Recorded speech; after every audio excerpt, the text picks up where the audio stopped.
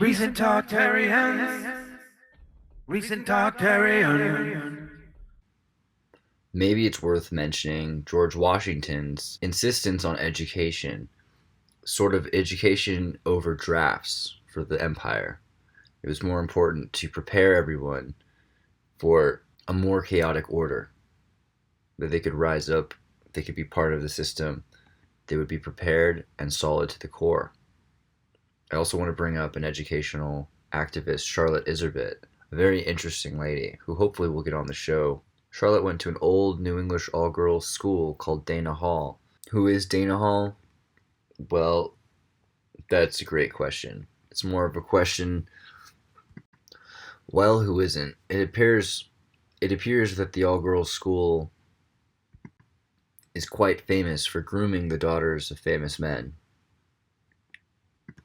A revealing quote from the book Beyond White Gloves by Katharine Gibbs says, according to Rose Doherty, the Katharine Gibbs Secretarial School has impressed Rose Doherty of Needham ever since she was 11 years old and served as a match girl for the bridge games at the school, while carrying out the duties of emptying ashtrays and handing out scorecards. The young girl from Providence marveled at the beautifully put together, sophisticated women who were all willing to talk to her, as she recalls decades later. Their glamorous image struck in her mind even as she went off to college and in graduate school and started her academic career at Boston College. So more than just schools for knowledge or for behavior, these were schools of thought, where the students lived together, worked together, studied together, and dreamed together. These schools were not just for the rich, but the poor and the foundlings too. These schools had wonderful campuses, fantastic buildings, often stone castles that looked like from another time or place. So I want to bring up an H. Durant, not to be confused with H.F. Durant, unless you feel like you should, because H. Durant ran a girls' school, and H.F. Durant ran a boys' school. Other than that, they seem very similar as esotericists, Yale graduates, creating schools for the elite. And okay, H.F. Durant's slightly different as he was the 16th mayor of Oakland in California. For his school in Visalia, Massachusetts, notice the two discs between the compass. Notice the two discs between the compass cross. So it makes sense to have a forced educational system that prepares for a chaotic order, not just because you want them to be solid to the core, but also because you want to teach them, as Charlotte Iserbyt noticed, what to think, not just how, and especially perhaps not how. These Yale graduates, these seemingly separate, if not the same, H. Durants must have known the same thing after leaving Yale graduate school themselves, that the best way to keep politics running smoothly is to turn people into machines. Educate them, teach them to learn to read, set triggers, and how to restrain oneself, words to think, and how to behave. So as agents, they can do the job they need to do while looking completely innocent in public and never even knowing often what they're accomplishing themselves. There is a mystique to this. It is associated often with hypnosis, or mind control, or a general psyop. But it might be something so much more simple that it's actually more sinister. Ingrained in the very fabric of our educational system is a series of enforced social traumatic rituals that not only startle the individuals, particularly children, into believing or feeling or separating themselves from their pathologies, but on a more simple level, as Charlotte Iserbyt has noticed, it is the deliberate dumbing down of America. And Charlotte's not wrong about this, nor is she naive to the situation. In fact, I may have downplayed it when I said her grandparents and parents were rich men. In fact, her father and grandfathers were members of the Fraternal Order of the Skull and Bones at Yale. She was quite familiar with not only the simple aspects of dumbing down America, but the actual old school occult practices of these individuals. And she saw firsthand the play out of the plan, that it was not enough to win or to be better, but In order to be the best, others needed to be made worse, and the inevitable change and the inevitable disconnect between the old school and the new schoolism, as we all reminisce when educated, and we laugh at the differences between the new schools, between new education and the time of Charlotte Iserbyt when she went to Yale and she was educated when Yale still educated, not just control minds. And Iserbyt saw the difference, but also saw what education was being designed for her for. You see, it was an old tradition of educating the daughters, rather grooming them for the sons of man or those of giants. And it's an important thing because sex is meta, because looking at contemporary records of engendered sexual activity, it is clear in the Western world females are more sexually active than males. I do find it interesting the regions that have equivalency between the genders' sexual activity. But the point is the same. Where there is liberty in the biology, the female of the species controls the evolution and reproduction by choosing their mates. Beyond the system of control, there is also effort to educate either gender for their roles in a relationship. Our modern words episcopal or presbyterian or deacon come from episkopos, presbyteros, and diakonos, respectively representing the different structures of hierarchy. And these hierarchies monopolized not just information and education, but wisdom and immortality itself, saying that if you wanted to go to heaven, that you needed to belong to the Catholic Church or the Protestant Church. Well, when realizing their association with the skull and bones, Charlotte Iserbyt said, "I belong to no man," and that she was a child of God and not a daughter of the skull and bones. And in a lot of ways, I equate her with Teresa d'Avila for making this assumption.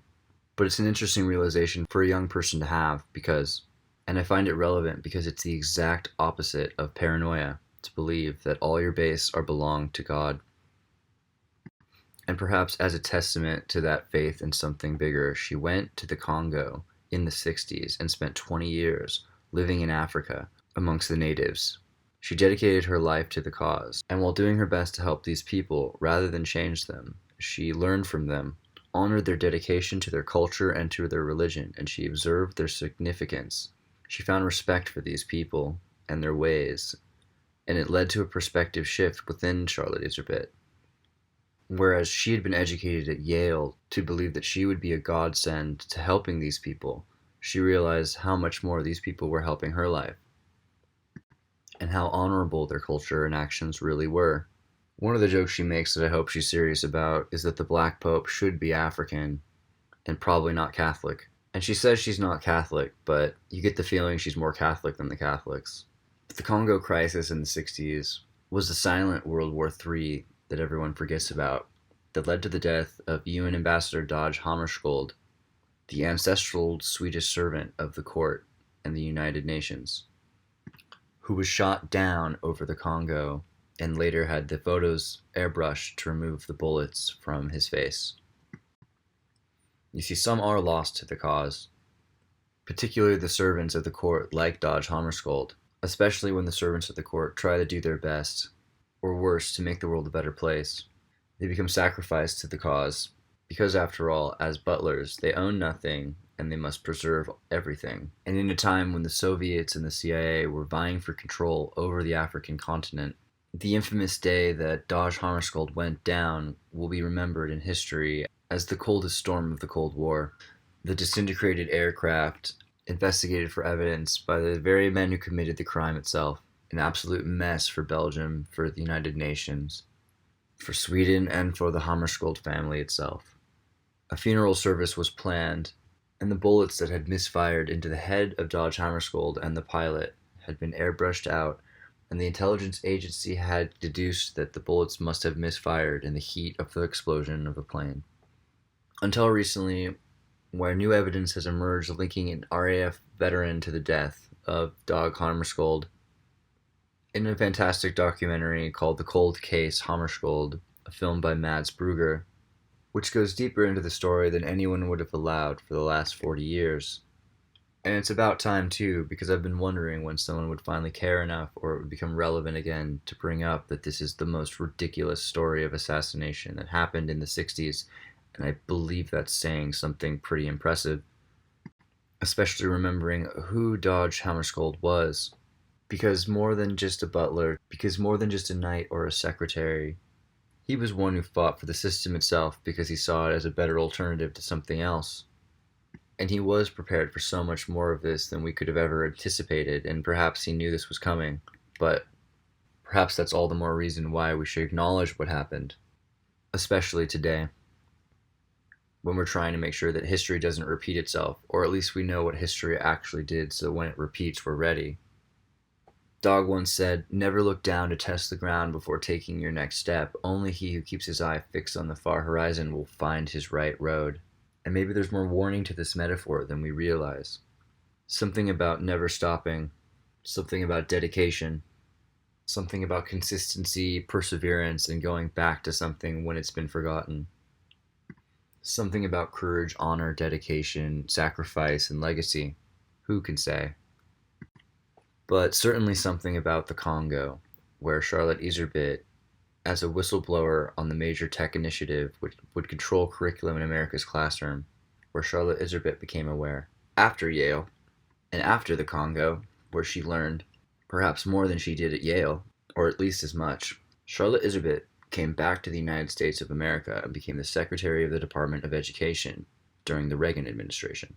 She went on to become a whistleblower on the major technological initiative which would be implemented to control the curriculum in America's classrooms and educational systems. Part of this came from the realization from Havelock and belief in a shift in the kinds of ideas available to the human mind at the point that Hellenism converted from an oral to a literate form. This perspective shift made it possible to separate oneself from the information that one was learning, in order to create a less subjective hubris by sharing it with others across culture. Simultaneously, Charlotte Iserbyt also found out about the plans of John Rockefeller.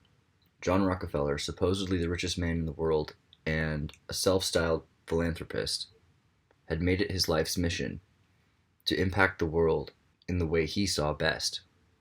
John Rockefeller, who also said competition is a sin and I don't want a nation of thinkers, I want a nation of workers, and that good leadership consists of showing average people how to do the work of superior people.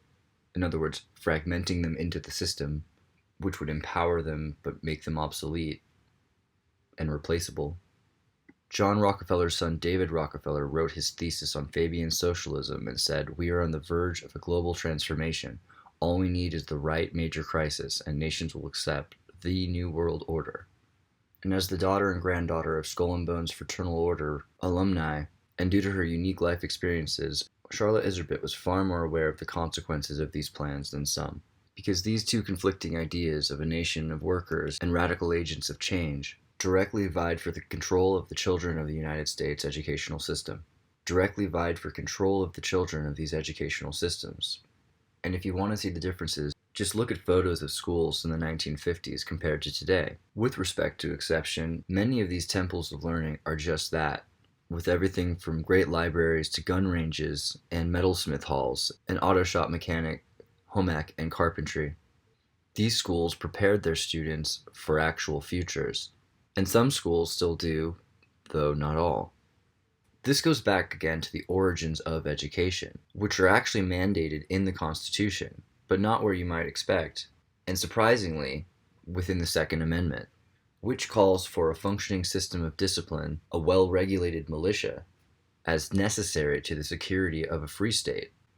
This is in lowercase, that is to say, as in any free state, and we need to go back before the 1984 INSOC Dictionary of Newspeak 11th edition in order to get the actual definition of the word regulation, because before it meant bureaucratic obstruction and impediment, the definition for regulation is a device which has the function of maintaining a designated characteristic, sort of like a running machine. Now, there can be limits on a machine's ability to function. However, the limits have been described in the Second Amendment as none in order to maintain the security of a free state. However, this goes back further than just a bunch of pioneers waving around the arms of bears. You see, the word militia actually comes from the Sanskrit word mela, which means assembly.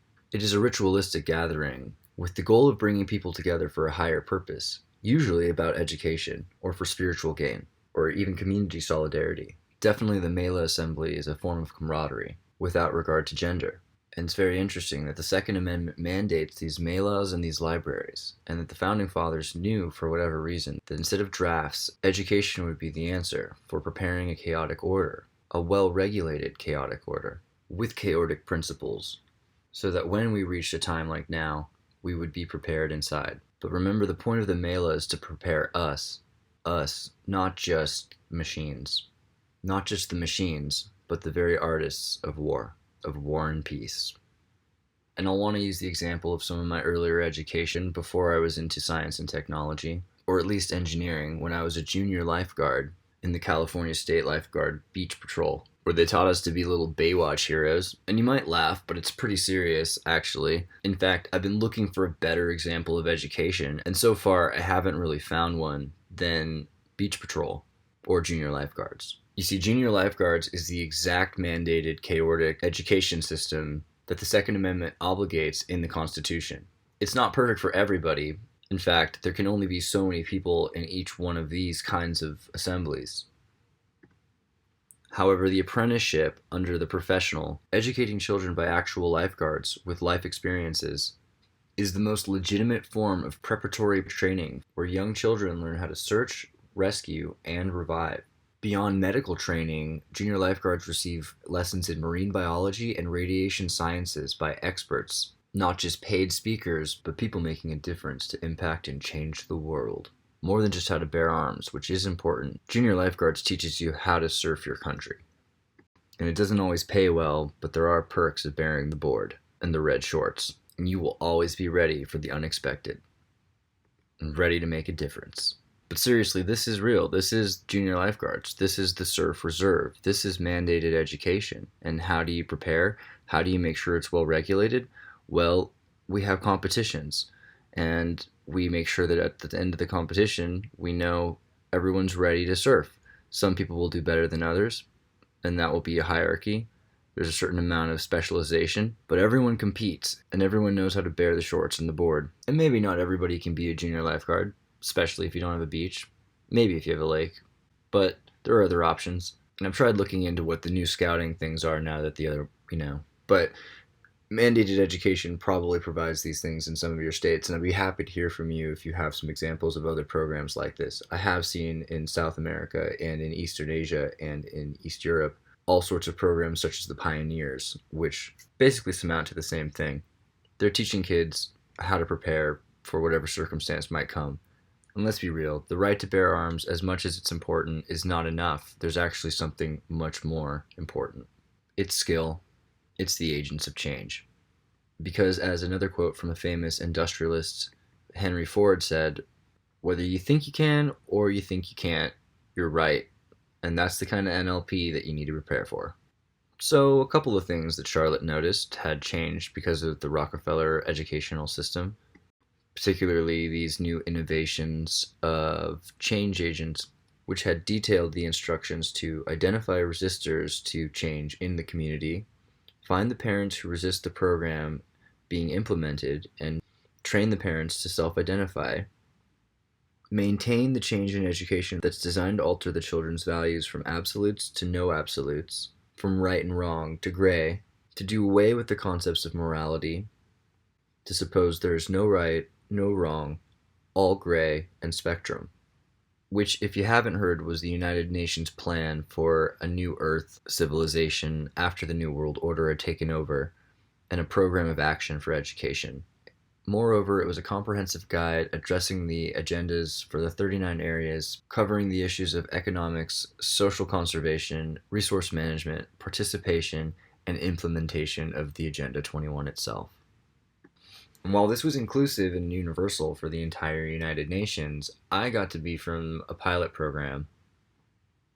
For whatever reason, Santa Cruz always seems to be lucky. And who knows, maybe that's why they taught us yoga in junior lifeguards. To be honest, if it was constitutionally mandated yoga, I really don't mind. But it's still interesting to think about the idea of weaponization of education and the agents of change concept. that sort of works to prepare us just in case there's some sort of a philanthropic situation like we have today where the entire educational system has been hijacked. But there's always a lot more below the iceberg, or the waterline, as they refer to the greenwashing of Agenda 21. And basically what that means is most people have heard about Agenda 21 through greenwashing, where they make everything seem like an environmental campaign run by the same people that cut down all the redwood trees. But it's really just re-implementation of the fear and nightmares protocol. Whereas because FDR said we have nothing to fear but fear itself, Michael Aquino wrote the book Fear Itself. Consequently, they say, for the good of the whole, we need to reduce use, or because of some natural disaster that's coming, we need to give up some more control, or that due to any of the holdout stragglers, such as the women and children in Africa, or the few who still own their homes, are holdouts to the plan, they need to be removed for further social equality amongst the workers. And some great examples of this can be seen in the executive orders, FEMA, and of natural disasters, going all the way back to the nuclear blast warnings of the 60s, which gave the FEMA agency the right to take land, equipment, vehicles, oil, fuel, and workers and force them to dig ditches or whatever else, literally invoking the constitutional mandate for a disaster, originally, mind you, to force workers into slavery. And you see, this is all detailed in the Agenda 21 Summit, or in the lives of anyone who grew up in a pilot community like Santa Cruz. And you can look up the pilot communities on the internet and see if your hometown is one, but you might already know. The point is, that's all old news, and now we've passed, and the pilots from the pilot program are now piloting, now on the air. But I hope you've also seen the solution to this as well. And it's slightly more than just libraries, but that's the foundation of it. We actually kept all of our equipment in the equipment library, but always remember, it's about a constitutionally mandated assembly, which maintains a functioning system of discipline, maintaining a designated and